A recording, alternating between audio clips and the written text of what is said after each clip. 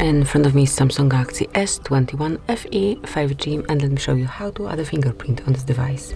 So first of all, enroll the list of all apps, go to settings, then now find and select biometrics and security, and here click on fingerprint.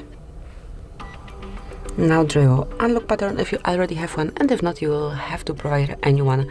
It will be a backup to your fingerprint.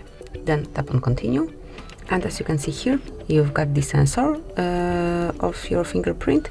So if you'd like to add it right now, just hold your phone as you usually do it, and then place your fingerprint right here.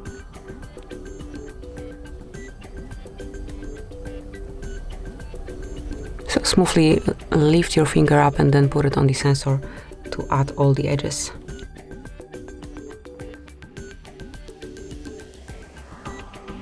Tap on done then, and that's it. As you can see, from now on, you will be able to unlock your device with this fingerprint or backup pattern that you had or you set while adding the fingerprint. So as you can see, you can also unlock it this way.